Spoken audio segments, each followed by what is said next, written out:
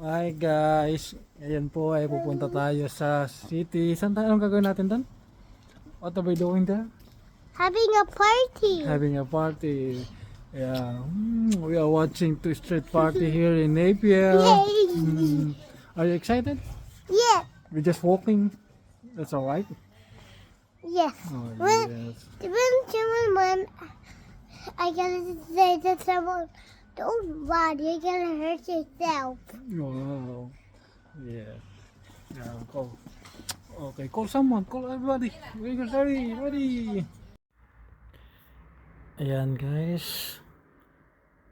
Napakasaya pagkakasama ang buong pamilya.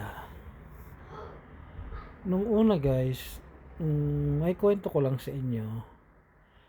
Nung una akong dumating dito is working visa po lamang ako.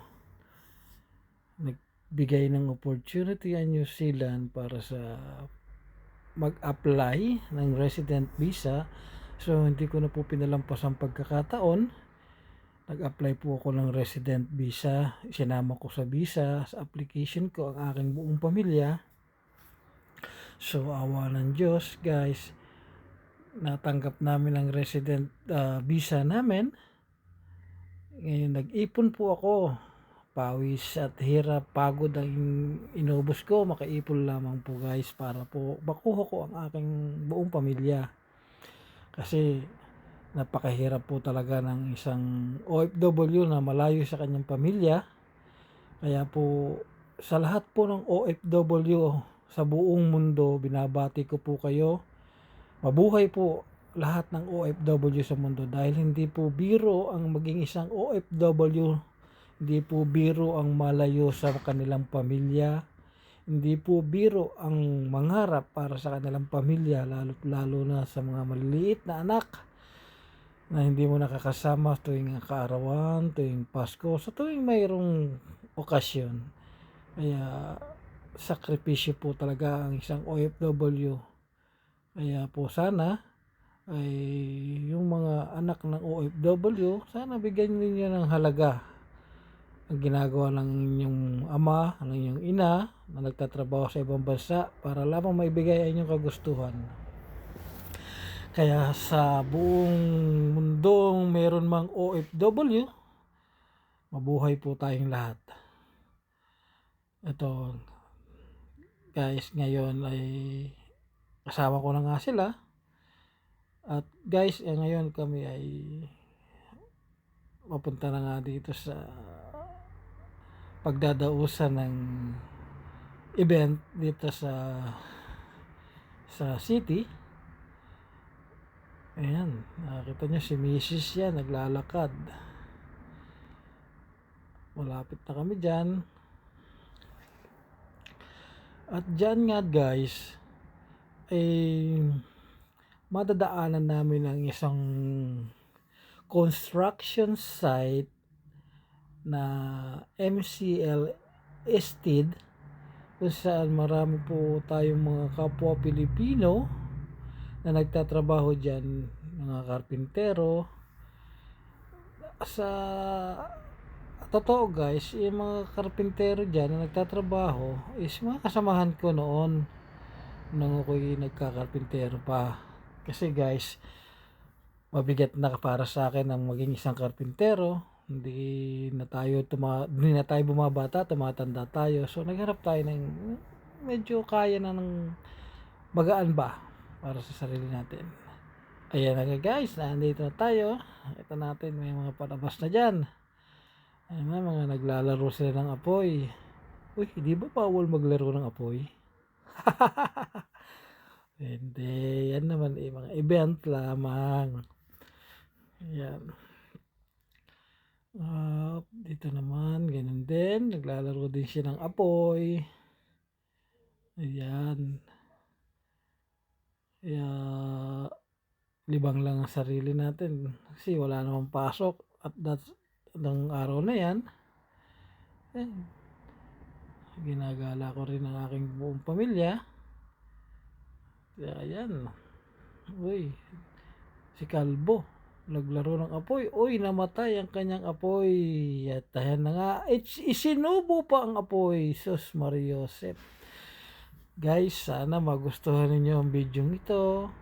Paki-like and share na lamang po o paki-follow, paki-subscribe po sa aking YouTube channel kung inyong magugustuhan ang video na ito para isa na rin pong malaking tulong, malaking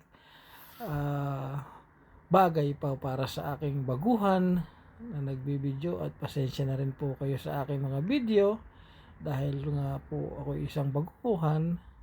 Kaya pagpasensyahan na po ninyo. Pero ito po ay isang entertainment lamang.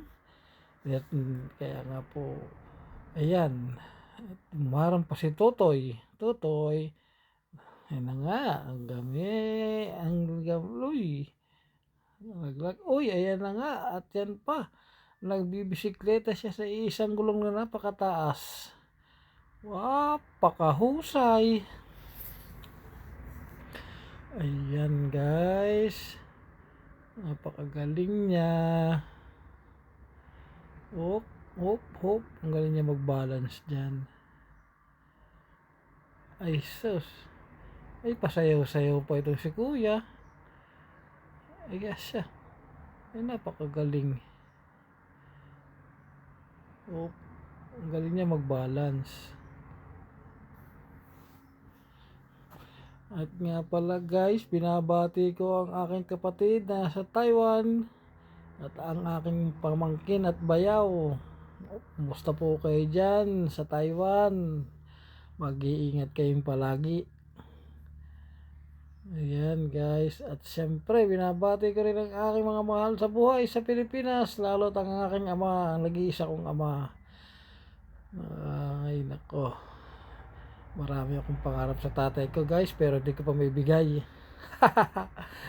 At saka po sa lahat nga po pala ng mga nagtatampo sa akin, wag naman po kayo magtampo dahil hindi naman po biro rin ang pagiging isang mamamayan dito sa New Zealand.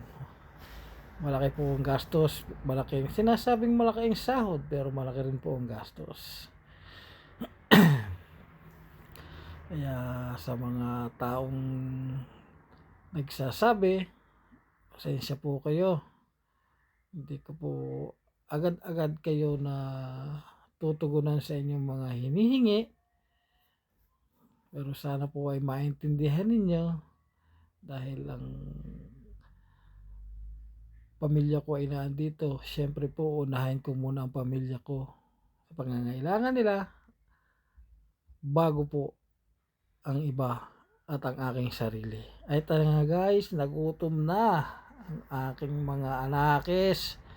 Napakasarap naman ito, pero busog pa ako na yan eh. Hindi ko nakain. Yan, si Mrs., si Angela at si Angelo kumakain na mga walang kabusugan. At yan na nga guys. Meron dyan banda rito, banda roon. Hindi siya slapshot, hindi siya mayonnaise, hindi ko alam kung anong banda yan. Basta yan ay tumutugtog ng gitara at kumakanta at may sumasayaw, banda na yan. Ayan na. At ganyan guys, naglakad-lakad uli kami. Paikot lamang. At yan nga ay meron kaming nakitang disco. May disco dyan, open dyan. Ayan na nga guys. Uy. At ayan na si Angelo. Kala mo bouncer, ang lapad ng katawan. Disco tayo dyan guys. Ayan na. At meron pang isang bouncer na kasama si Angelo. Ay hindi po pala, si Mrs. po pala yan. Joke. Nagdidisco. Ganyan lang po mga tao dito, lalong-lalo na yung mga lokal. Simple lang sila, trabaho, bahay, maglilibang sila, ganyang weekend, ganun lamang.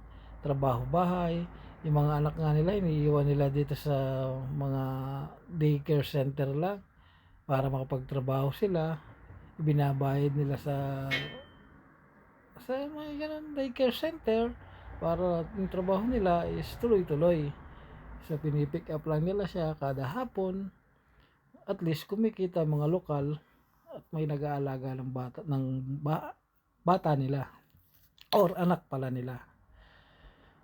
Ganyan. So dapat nakikisama tayo sa mga bansa tayo. Ina-adapt natin ang kanilang kultura kahit tayo ay Pilipino, pero dapat lang talaga. Ayan na nga guys. Uwi na kami niyan time na yan. Naglalakad-lakad kami dyan. Kaya gabi na siya guys. Pero mapapansin nyo, di ba? Ang mga tindahan dito, napaka-secure talaga. Oh, ano nyo? Yun lamang. Walang security guard. Walang mga padlock. Open lang siyang ganyan.